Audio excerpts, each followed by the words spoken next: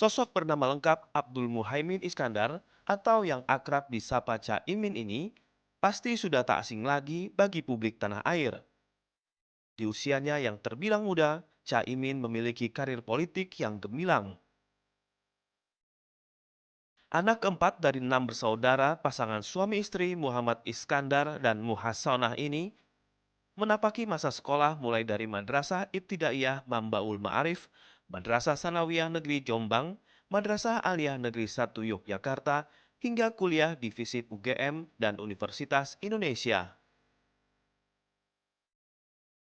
Dalam merintis karir, mantan santri kelahiran Jombang, Jawa Timur, 24 September 1966 yang pernah berseteru dengan sang paman Gus Dur ini, dulunya merupakan aktivis mahasiswa. Caimin juga aktif sebagai Ketua Umum PB PMII yang membawanya kepada politik praktis sebagai Sekjen PKB. Ia pernah juga menjabat anggota DPR RI 3 periode, sejak 1999 sampai 2004, 2004 sampai 2009, dan 2014 sampai 2019.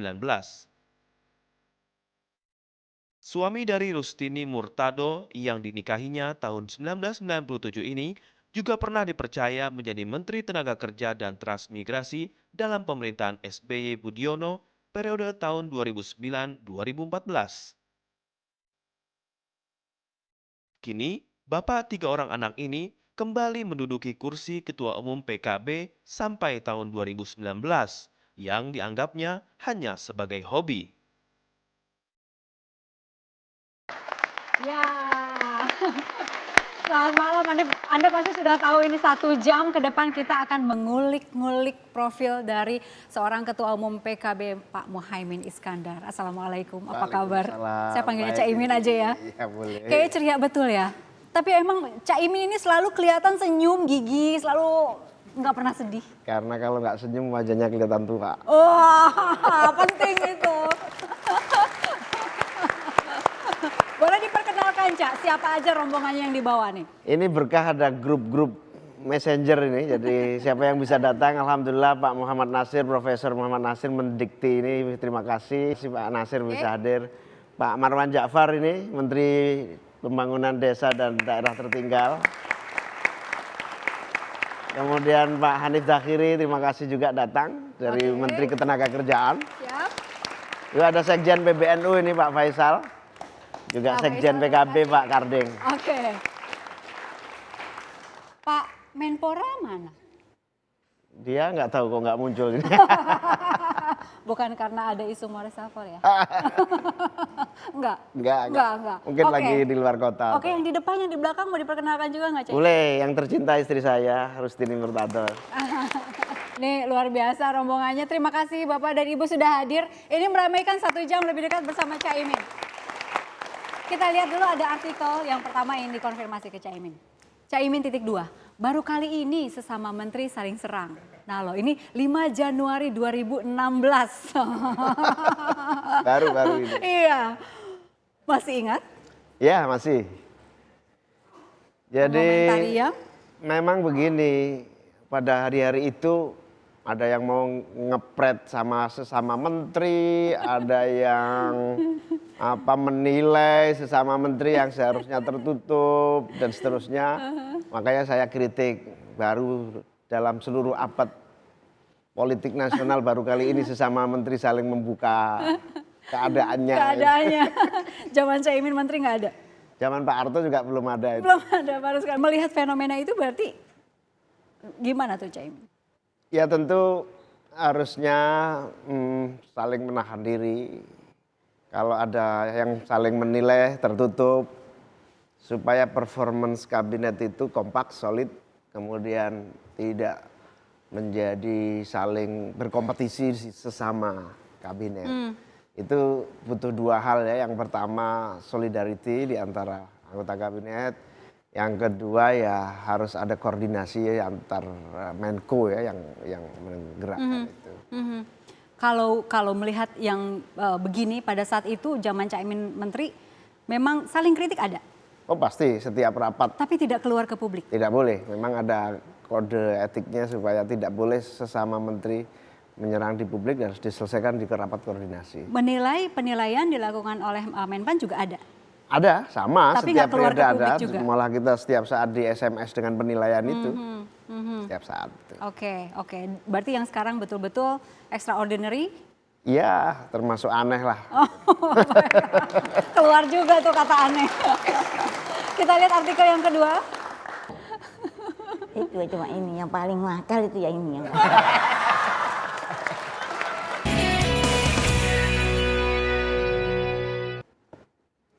Nah, silakan langsung aja deh. Langsung di meja aja. Nih kalau hobi. Apa ini? Nggak tahu. Terima kasih. Boleh saya jauh-jauh aja. Ular. Boleh dibuka. Dibuka ini? Iya. Jangan-jangan ular. Wow. Satu dulu. Diceritakan dulu ini apa dan ceritanya. Ini betul-betul survei yang canggih ini. Tahu persis. Ini waktu saya kecil ya ini namanya kerupuk asin sambal petis. Oke. Kerupuk asin ini ya nikmat sekali. Makanan paling disukai, murah meriah ya kerupuk asin sama petis ini. Yang pertama karena murahnya. Yang kedua karena enaknya. Padahal gizinya Kalau orang Jawa Timur dan Jombang pasti tahu bahwa kerupuk asin. Sampai sekarang itu kalau orang datang dari Jombang ke Jakarta ke rumah saya pasti bawa oleh-oleh ini. Saya tahu karena mereka tahu saya suka ini. Kedua saya tahu mereka bawa ini karena murah itu. itu yang penting. Murah dan senang, bikin senang gitu ya. Murah bikin senang yang dioleh-olehin. Itu segini itu kalau tamu datang pasti bawa kerupuk asin segini. Pasti datangnya bangga gitu ya. Bangga dengan petisnya. Oke, yang kedua mau dibuka? Hebat ini TV One ini. Jreng. Wow, sama tahu petis. Tahu betis. Kalau ini makanan wajib tiap pagi? Ya, ini hampir menjadi kebutuhan sehari-hari ini. Dan kalau sarapan ya pasti tahu petis ini. Tahu petis ini kan bergizi sekaligus nikmat. Oke. Nah, sampai istilahnya semua makanan itu disingkirkan kalau ada ini. Oke. Dan sampai sekarang? Sampai sekarang. Oke. Siapa lagi? Indi tahu aja kalau kita suka tahu ini. Tahu suka tahu gitu ya. Oke. Tapi astagfirullah ada ibu saya.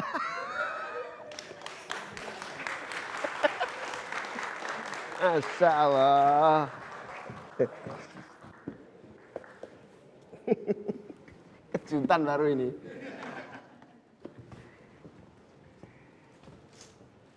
Kejutannya karena Saya tadi udah divisiin ada kejutan tapi nggak nyangka kalau ibu saya. Karena ibu saya nggak mungkin ke Jakarta. oh gitu. Nggak mungkin. Kenapa nggak mungkin? Ibu saya tuh paling susah diajak ke Jakarta. Selalu ada alasan. Apalagi kalau lagi santrinya nggak libur, pasti nggak pernah mau.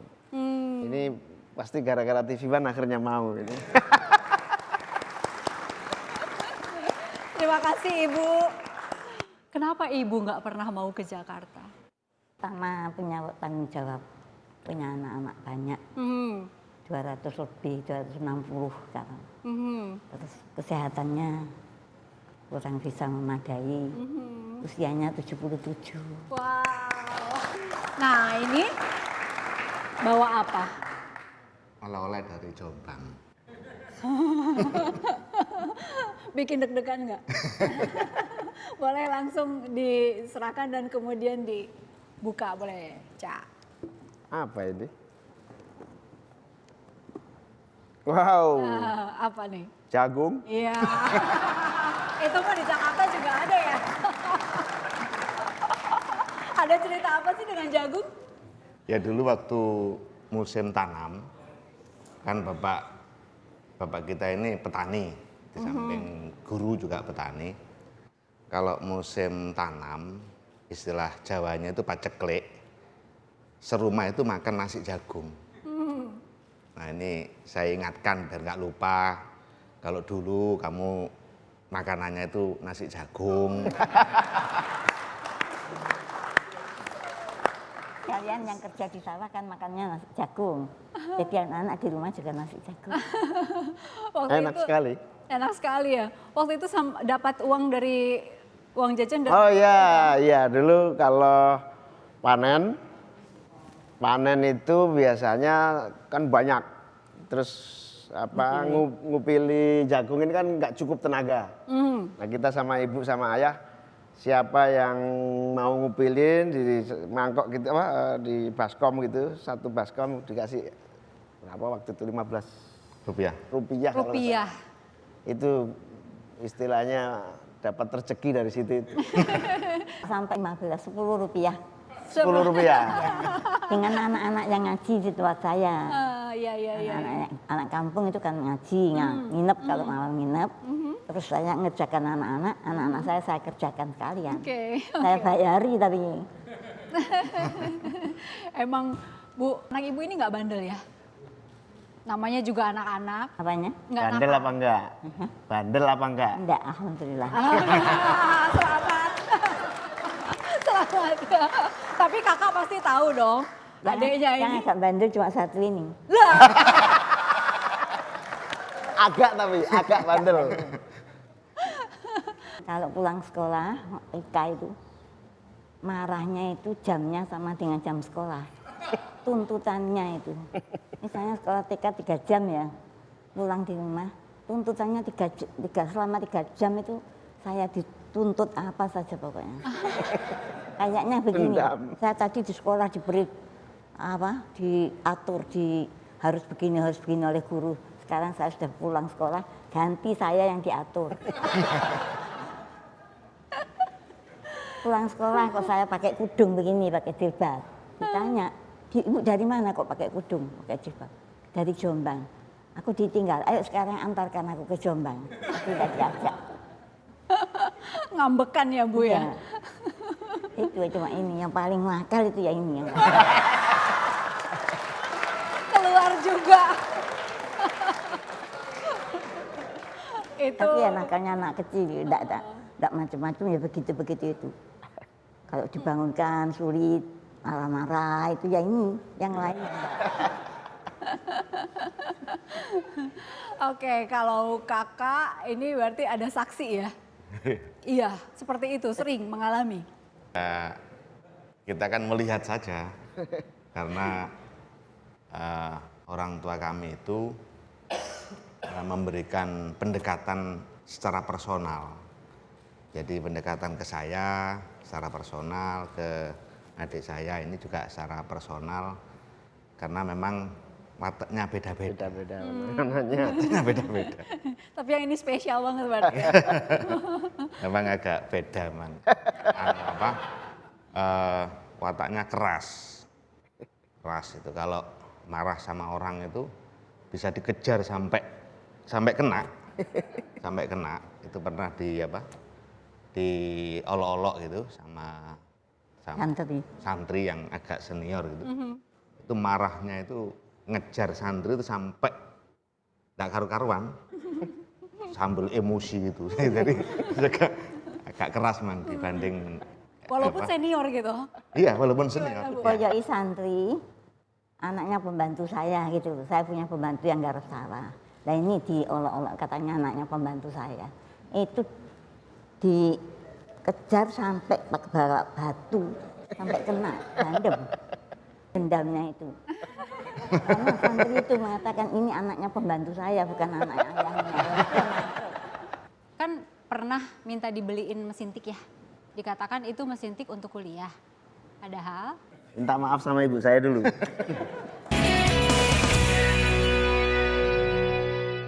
ini mungkin bisa cerita masa-masa kecil itu ada masa-masa berat juga ya Cak ya? Ekonomi keluarga Oh, iya. dan lain-lain gitu. Ya dulu saya sangat berterima kasih sama ibu saya itu kan begini. Dalam ekonomi yang pas-pasan lah, nggak ada satupun yang nggak pas-pasan. Itu motivasi untuk sekolah itu betul-betul didoktrin. Harus kuliah, harus sampai selesai. Waktu itu kanan kiri tetangga kan masih jarang yang kuliah sampai selesai. Tapi alhamdulillah karena motivasi yang tinggi dengan keterbatasan ekonomi yang ada, akhirnya bisa lulus. Dan waktu itu antara ibu dan ayah punya masing-masing keinginan gitu? Ya Ayahnya? dulu ayah kan kiai, pingin saya mondok di pesantren salaf yang menghasilkan kiai, terutama di Lirboyo itu dulu. Nah ibu saya ini pinginnya saya sekolah. Ibu saya ini modern berpikirnya, pokoknya sekolah formal harus berijazah, kemudian S1 harus selesai. Kalau ayah saya yang penting harus mondok jadi kiai. Pernah saya berdebat karena pengaruh ayah saya berdebat sama ibu saya. Sudah saya mondok saja di Lirboyo kan, semua santri Lirboyo biasanya jadi kiai besar, di ulama besar. Ibu saya argumentasinya dahsyat itu. Lirboyo itu santrinya 10.000, yang jadi kiai berapa persen gitu. Nanti kalau kamu yang pas nggak jadi kiai gimana? Ya akhirnya kita turut, alhamdulillah bisa kuliah sampai di Gajah Mada. Semua motivasi dari ibu. Cita-citanya ayahnya Iya. itu kalau kuliah ya kuliah di agama gitu loh. Artinya IAIN gitu. Dua-duanya ini tes IAIN diterima, IKIP Jogja terima. Yang dimasuki IKIP. Ini di IAIN diterima, di UGM diterima, yang dimasuki UGM. Akhirnya ayahnya itu gimana? Akhirnya saya itu mengarahkan supaya ayahnya itu bisa menerima, yaitu kita tidak bisa mengintai, tidak bisa melihat ya. Oke. Jauh.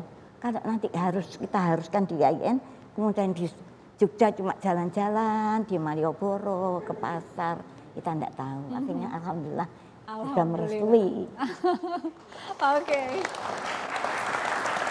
Ada satu nih, mau konfirmasi ke Cak Imin. Kan pernah minta dibeliin mesin tik ya? Terus dikatakan itu mesin tik untuk kuliah. Padahal Ya ini saya tuh minta maaf sama ibu saya dulu. Jadi gini, ibu saya ini dengan seluruh keterbatasan kita kuliah. Tapi begitu di Yogyakarta, kita itu hampir waktu habis untuk organisasi. Maklum waktu itu gejolak gerakan mahasiswa sangat masif gitu ya. Nah, suatu hari antara kebutuhan skripsi sama organisasi itu bareng. Tapi sebetulnya untuk organisasi, saya kirim surat ke ibu, Bu butuh mesin ketik untuk bikin skripsi, padahal untuk organisasi sebetulnya. Akhirnya dikirim mesin ketik. ini cerita baru keluar sekarang nih. Baru cerita sekarang. Ibu belum tahu nih. Belum tahu. Pantesan tadi minta maaf cium dulu. Jadi dikirim mesin ketik baru, brother, dengan harapan skripsi cepat selesai. Padahal saya gunakan untuk PMI. Ibu baru tahu ya Bu ya? Baru tahu. Nggak tahu. Terus gimana Bu komentarnya? Ternyata mesin tik itu. Dulu ibu saya ini paling selalu mengingatkan, jangan terlalu banyak berorganisasi. Selesaikan kuliah, selesaikan kuliah. Ya alhamdulillah gara-gara itu kita termotivasi. Nah, tapi ya itu agak lama dan nyambi berorganisasi itu. Dan sudah diingatkan terus. Banyak anak satu ke satu, kedua, keempat ini yang aktif di organisasi. Sudah saya ingatkan jangan ikut organisasi dulu kalau belum selesai. Tapi mulai nomor 1, nomor 2, nomor 4 ini Masya Allah kalau di organisasi. Aktifnya bukan main. Kita berorganisasi itu seperti tuntutan saja. Keadaan Dari sejak SMP, SMA mulai aktif? SMA. SMA. Sebetulnya SMP juga sudah mulai bibit-bibit itu ada. Tapi begitu mahasiswa terutama kita betul-betul sebetulnya pengaruh Gus Dur juga ya. Gus Dur membuat artikel, kemudian datang ke Jogja, kita termotivasi berorganisasi, terlibat ikut berpikir, diskusi tentang negara, tentang kehidupan masyarakat. Kayak mania akhirnya. Makanya kemudian merasa pelajaran penting kita dapatkan dari organisasi, dan baru kita sadar sekarang justru saya mendapatkan ilmu sampai hari ini itu ya karena berorganisasi itu. Di PMI kita belajar, dan kalau nggak berorganisasi nggak dipanggil Gus Dur ke Jakarta. Karena berorganisasi Gus Dur tahu kita aktivis, ditelepon dah kamu udah lulus berangkat ke Jakarta, kira-kira gitu. Dan berorganisasi juga lah yang membuat Caimin pernah dikejar-kejar sampai harus sembunyi di salah satu security-nya istana. Iya dulu. Demo waktu itu Iya. demo apa pemberedelan pers, Tempo, editor sama Detik waktu itu. Kan Mas W.S. Rendra yang memimpin bersama Eros Jarod dan kawan-kawan demo di depan Kementerian Penerangan Merdeka Barat. Masih represif sekali. Semua dipukulin pakai apa? Rotan. Saya karena punya banyak bacaan sholawat itu, akhirnya saya bisa lari. Bukan nggak tahu karena sholawatnya atau karena larinya, sampai ke istana sembunyi di pos penjagaan itu, langsung pulang ke PBNU selamat. Selamat. kalau saat itu tidak selamat, Berdarah semua berdarah. Hidung, mulut, tangan, semua dipukul pakai rotan. Demi membela Tempo, membela editor, sama membela Detik. Nah, karena pentingnya sholawat di situ. Mungkin waktu saya dipukul nggak kelihatan mana.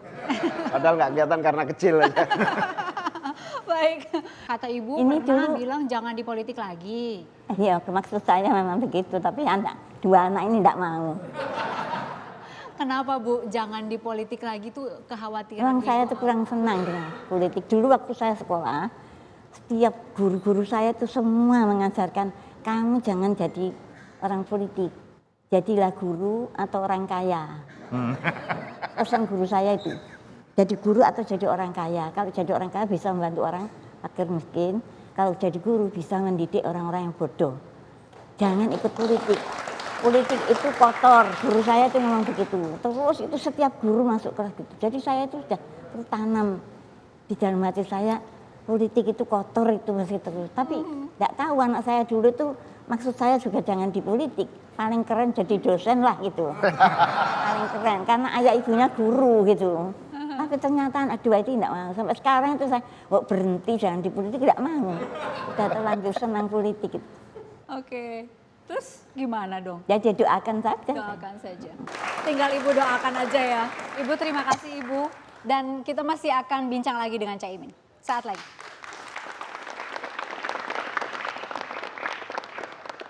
Berikutnya ya, hari berikutnya satu kelas diangkut ke Kodim semua. Dianggap makar. Di sana itu kalimat pertama yang keluar, tahu nggak? Sampai sekarang masih ingat. Ingat ya. Cilik-cilik politik. Oke. Dan Caimin pernah ngejailin pakai setruman ya? Nah, lupa saya. Nah tuh kan dia lupa, tapi ini ada saksi matanya. Nih. Samsul nih. Mas Samsul, silakan Mas Samsul. Jadi betul ya? Iya. Iya yang mana nih? Pernah disetrum, Oh pernah. Ini dulu agak nakal nih. tapi yang nyetrum udah lupa. Lupa saya. Lupa mungkin. Gimana peristiwanya? Waktu dulu masih kelas 2 mungkin ya. Dua apa? Sanawiyah. Oke. Ada tip telsonik gitu ya. Yang warna hitam itu. Itu kabelnya kan agak lecet. Itu strum kan perut saya gini. Sakit. Saya malah udah lupa. Ah, dulu saya sama strum kan enggak berani. Kesakitan. Udah enggak kesewen, saya tonjok. Dia juga kesakitan, tapi saya terus keluar dan enggak tetap nih. Sampai 3 hari enggak saya Nggak ketemu. tegur. Udah lupa juga ya? Udah lupa Ini juga. saking jahilnya banyak berarti Ini lupa. teman SMP, Sanawiyah dulu ini. Jadi itu satu nih pernah dijailin. Ada jahil yang lain? Oh banyak, Caimin ini sukanya gambar pistol itu.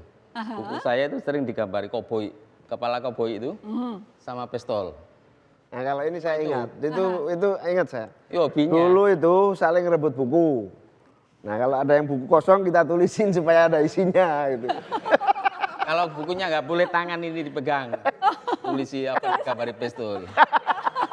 Nggak tahu itu ada. Kalau soal dipanggil sama Kodim? Oh iya pernah itu. Iya. Tapi tidak terlibat, cuman itu kan cuma dapat apa kertas itu ada selebaran Nah, Jadi juga gini, dapat. dia nggak berani cerita. Dia lupa kalau hari ini udah era demokrasi. ceritanya, waktu itu ya. ceritanya satu kelas punya guru. Ini gurunya. Masya Allah. TV One luar biasa ini. Oke. Jadi tadi sedang cerita kan punya guru dan kemudian gurunya datang langsung. Iya. Cak, boleh diperkenalkan, Cak? Ini Pak Somad, guru apa dulu ya? Bahasa Indonesia. Bahasa Indonesia Mhm. di Sanawiyah ya. Iya. Oke. Urusannya sama Kodim ada hubungan nggak? Pak Somad sama Pak Effendi. Mhm. Dulu ceritanya begini, masih kelas 2 Sanawiyah, dibawain fotokopi tentang politik. Politiknya riskan lagi.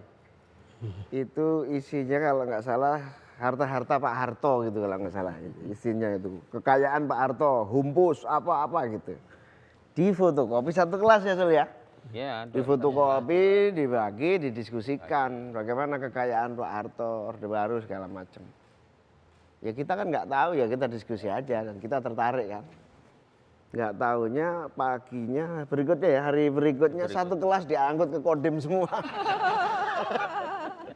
Dianggap makar, dianggap. suruh post up. Masih ingat Pak Somad masih ingat? Iya, iya.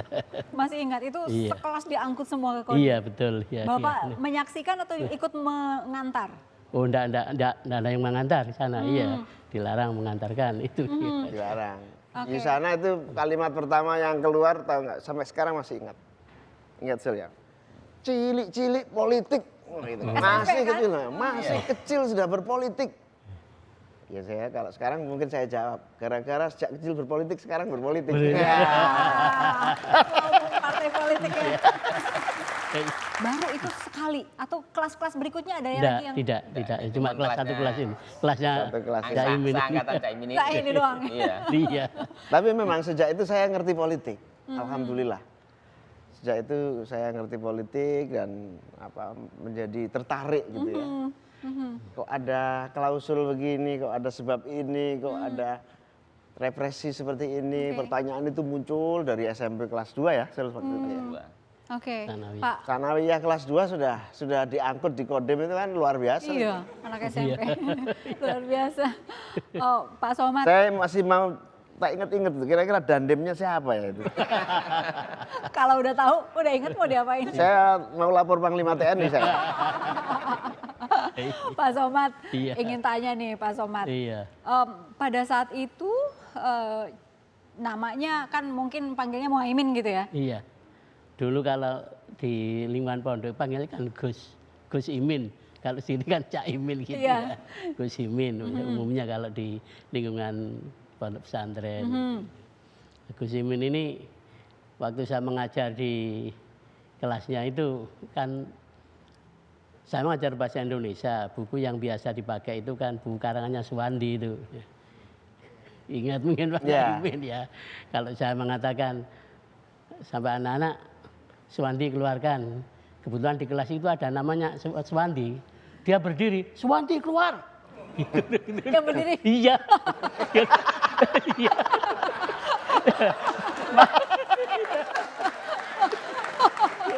Keras lagi ngomong. Iya keras, iya. Suaranya Dia kayak berdiri ikan terus lantang. keras. Sejak dulu suaranya keras.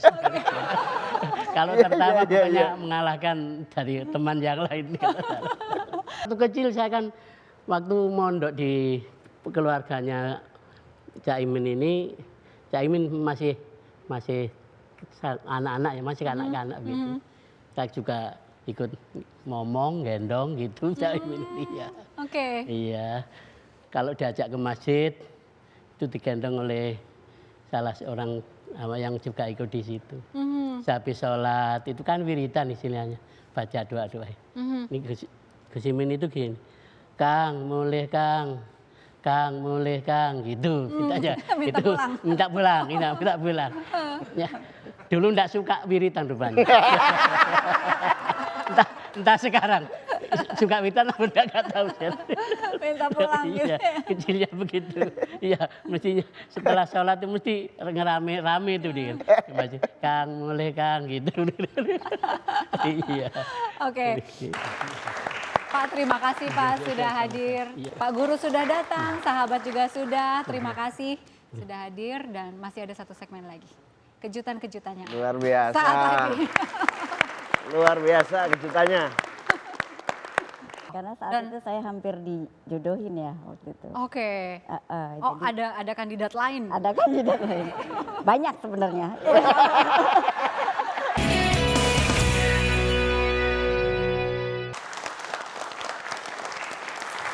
Sekarang sudah ada cinta sejatinya dong. Kembali ke masa-masa ketika naksir-naksiran ya. Ketemuannya gimana? Kenalnya di mana?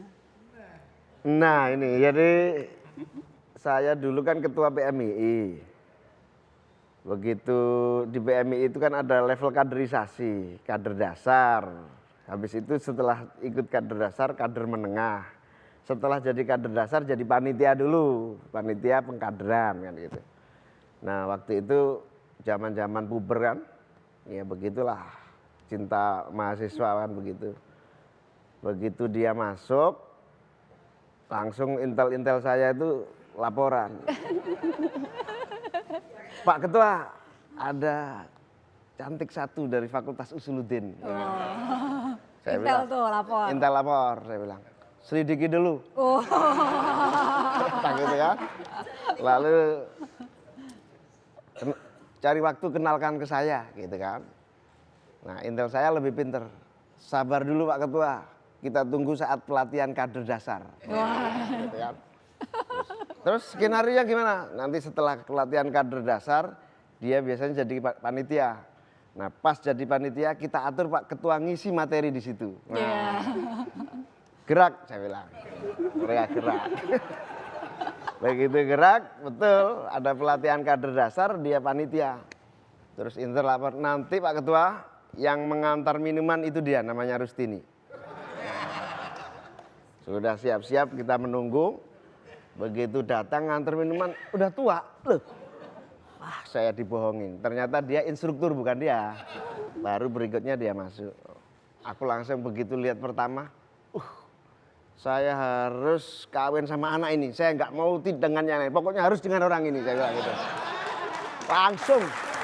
Itu namanya jodoh ya. Suara hati itu. Itu suara cinta sejati. Ya. Nah sejak itu gimana cara dapetinnya kan sensitif dulu. Karena apalagi saya kan termasuk pemalu waktu itu kan. Jadi Atau malu-maluin? gimana strateginya? Nah akhirnya salah satu intelijen saya suruh ke toko buku, beli buku ini. Kamu kirim ke dia 2 hari sekali 1 buku. Kirim ke dia, kasih puisi sedikit. Kirim lagi biar dia tahu bahwa kita ini intelektual. Gitu. Kirimin buku lagi. Tapi terus terang dulu saya nggak pernah jadian sama dia, nggak. Begitu saya ajak makan, dia jalan mau. Saya nggak pernah menyatakan cinta, saya tidak pernah menyatakan jadian, nggak. Saya ajak makan, pas ajak makan di restoran ada temen lihat, ketahuan nanti. Dia bilang, nggak usah, nggak masalah, kita publikasikan sekalian. Loh, nggak pernah ngelamar kok sudah dipublikasikan, gitu kan? Ternyata cocok jodoh sampai sekarang. Iya, sampai sekarang. Konfirmasi, betul seperti itu. Iya. Betul seperti itu. Waktu itu pengaturan dari intelijen nganter minum, tahu nggak bahwa itu akan dikenalkan gitu, settingan? Enggak, waktu nganter minum saya nggak tahu kalau itu. Ya Jadi pokoknya kan sebagai junior kan kita ya disuruh apa apa kata mau disuruh gitu. apa aja mau, namanya juga lagi di kader kan gitu. Suruh apa namanya ya bagian nganter-nganter air minum ya mau aja gitu. Nggak tahu bahwa lagi diincar akan dikenalkan dengan Pak Ketua itu nggak tahu Nggak juga. tahu. Tapi begitu masuk sudah tahu bahwa Pak Ketua adalah sosok yang seperti ini, itu udah mulai ada deg-degan. Ya lihat ya menarik lah waktu itu. Waktu dikirimin buku, tahu yang ngirim buku siapa? Tahu. Tahu. Mas Udah mulai Ana. tuh, udah mulai ada, wah ini pasti ada Enggak, maksud belum. nih begitu. Buku pertama saya belum curiga gitu loh. Mulai Loh, curiga? Iya, kok udah 2 kali, 3 kali, 4 kali. Nah, itu bukunya mulai ada tulisan-tulisannya gitu.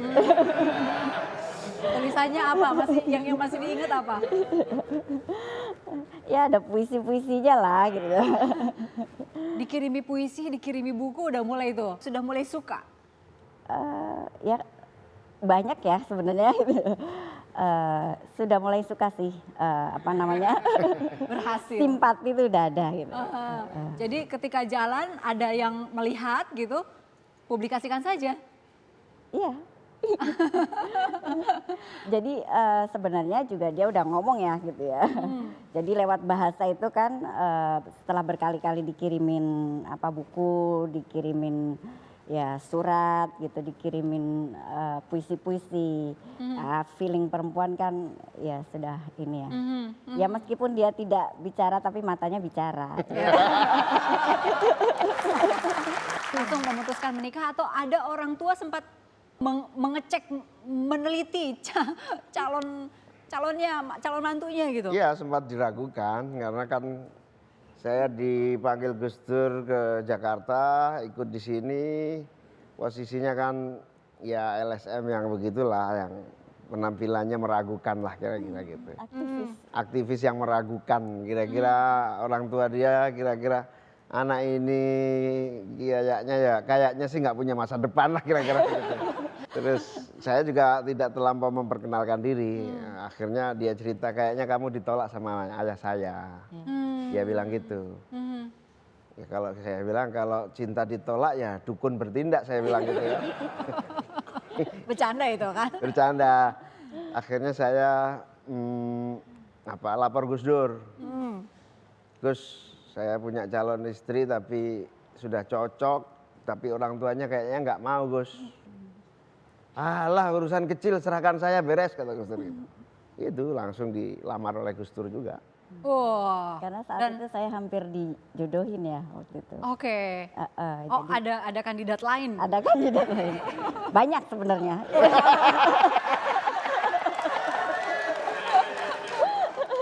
Dan akhirnya ketika Gus Dur yang melamarkan gitu, Iya. langsung ayahanda atau ibunda Ya yang akhirnya? karena sudah melihat keseriusan kita gitu ya, akhirnya ya menerima. Iya, sampai dengan sekarang. Oke, suka duka Mbak Rustini mendampingi Caimin apa saja tuh? Banyak ya, karena dia apa ya tadi itu gila organisasi itu ya. Jadi waktu saya pengantin baru itu, kan tinggal di Jakarta terus sempat di rumah orang tua saya. Itu yang namanya telepon berdering setiap hari itu, setiap 5 menit sekali itu dari berbagai daerah. Sampai orang tua saya tuh heran, ini siapa yang telepon gitu loh. Jadi semua mulai kakak saya, adik saya semua akhirnya jadi operator telepon hanya untuk dia gitu.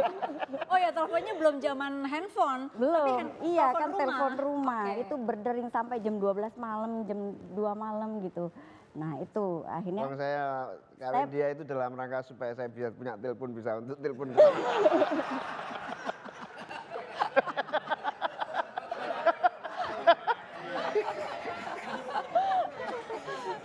Kan kantor PMI dulu belum ada teleponnya. Saya yang harus cari mertua yang ada teleponnya.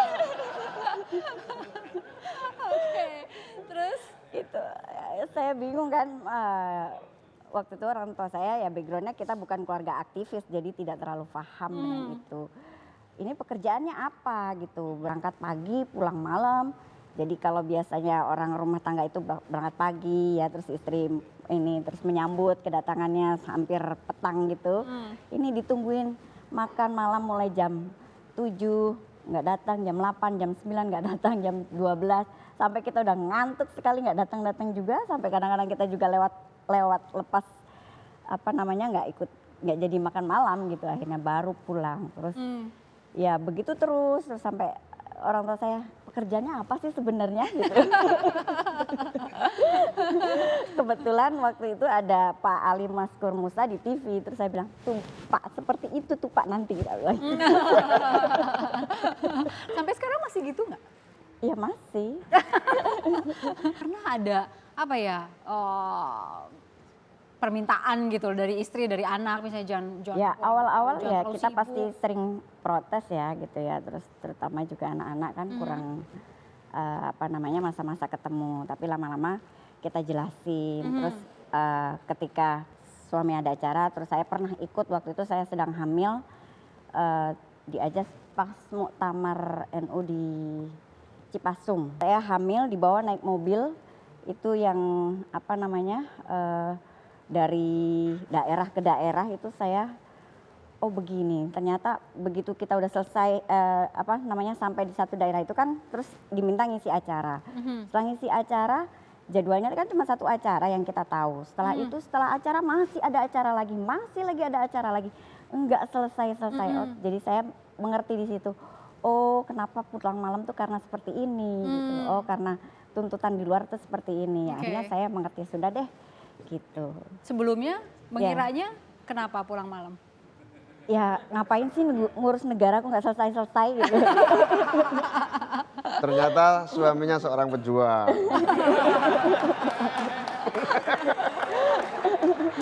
Terima kasih sudah Terima hadir. kasih, Indi. Caimin. Ibu Rusli terima kasih. Para Menteri Kabinet Kerja terima kasih sudah hadir di sini dan kita jumpa lagi pekan depan dengan tokoh-tokoh yang lain. Sampai jumpa.